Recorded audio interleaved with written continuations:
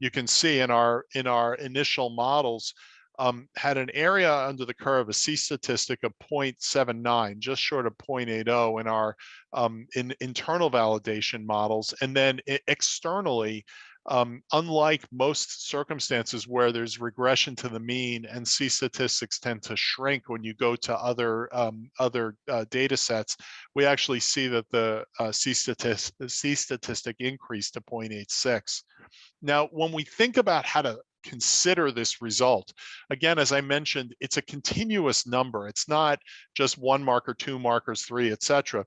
There's actually a numerical value. So in whatever context this is measured, you get a number that can be sort of put on a scale to judge the likelihood, the predictive value for the outcome in question.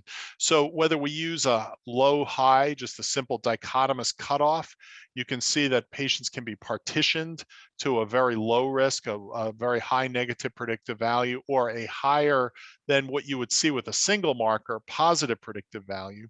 I'm more attracted to the sort of three-level risk, sort of a green, yellow, red type approach, where you have patients that are very low risk and patients at intermediate or higher risk. And indeed, again, you can appreciate when you just look at the hazard ratios from the derivation to validation, we actually stepped up rather than stepped down when we went from MGH to Hamburg. So this panel is now available clinically and can be actually considered in any way that you want, but the way that Prevencio is currently putting it out there is utilizing this continuous variable approach with the green, yellow, red way of stratifying risk to lower, moderate, or higher risk.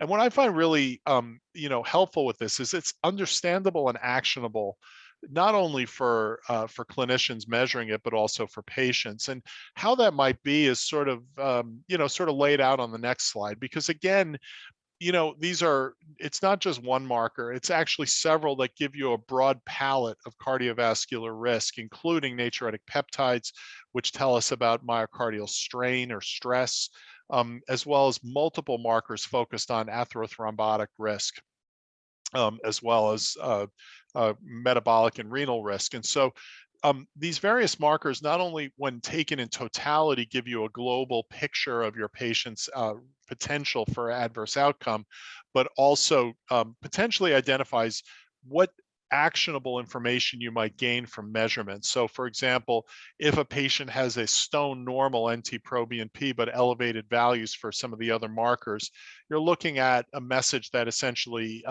argues for addressing the atherothrombotic aspect of things. Which, on the other hand, a very elevated natriuretic peptide, even in the absence of a diagnosed case of heart failure, would clearly trigger the need for heart failure management to a more aggressive degree.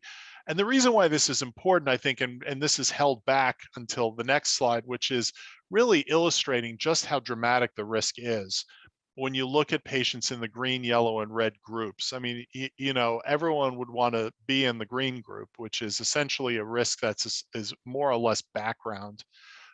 Whereas those individuals with moderate or higher risk really truly have very well discriminated differences in terms of the overall risk that shows up very early, but extended way out to a year of follow-up. And so, when you think about the potential use case, could be certainly weaved in very nicely into a wellness visit at yearly intervals in order to assess risk.